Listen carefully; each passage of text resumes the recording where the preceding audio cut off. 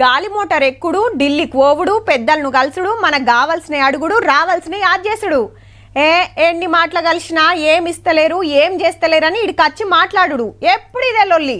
లేలే ఇయ్యాల్సినవి బరాబర్ ఇచ్చినాం, మీరే జూటం ముచ్చట్లు చెప్తురని అటుకెళ్ళి కమలం లీడర్లు కోపానికి వచ్చుడు. గిసొంటి అల్లా ఏమైతుందంటే తెలంగాణ బీజేపీ పెద్దలంతా మోడీ సారు టూర్ బిజీలున్నారు. 10వ తారీఖు నాడు ప్రధానమంత్రి సారు మన పట్నానికి రాబోతున్నాడు. మళ్ళా ఏం పని మీదో మన సెంటర్ మంత్రి కిషన్ రెడ్డి సరే చెప్తాడు. ఈనుండ్రిగా 7,000 కోట్ల రూపాయలకు పైగా అనేక అభివృద్ధి కార్యక్రమాలు, అది రైల్వే స్టేషన్ల యొక్క పునర్నిర్మాణం పూర్తయినటువంటి రైల్వే స్టేషన్లు జనానికి అంకితం చేస్తారు. జాతీయ రహదారులు కొన్ని జనానికి అంకితం చేస్తారు, కొన్ని భూమి పూజ చేస్తారు. గదన్నట్టు జైరాబాద్ ఇండస్ట్రియల్ పార్క్ పనులు, యాదాద్రి భువనగిరి ఎంఎంటీఎస్ కు శంకుబండ, కాజీపేట వ్యాగన్ తయారీకి కంపెనీ పనులు, అట్లనే రైల్వేలు, పెద్ద సడక్ల శంకుస్థాపనలు, ప్రారంభోత్సవాలు ఉంటాయట.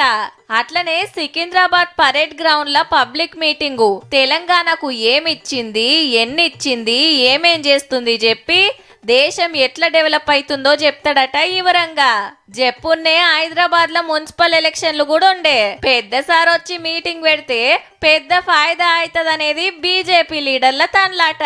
తెలంగాణకి ఏం ఇస్తలేరు, ఏం పని చేస్తలేరని ఓ దిక్కు, మహిళా బిల్లుకు డీలిమిటేషన్ అడ్డం పెట్టి ఆపేసిండ్రని ఇంకో దిక్కు లొల్లైతున్నాయి. అల్లా మోడీ సారు రాబోతున్నాడు.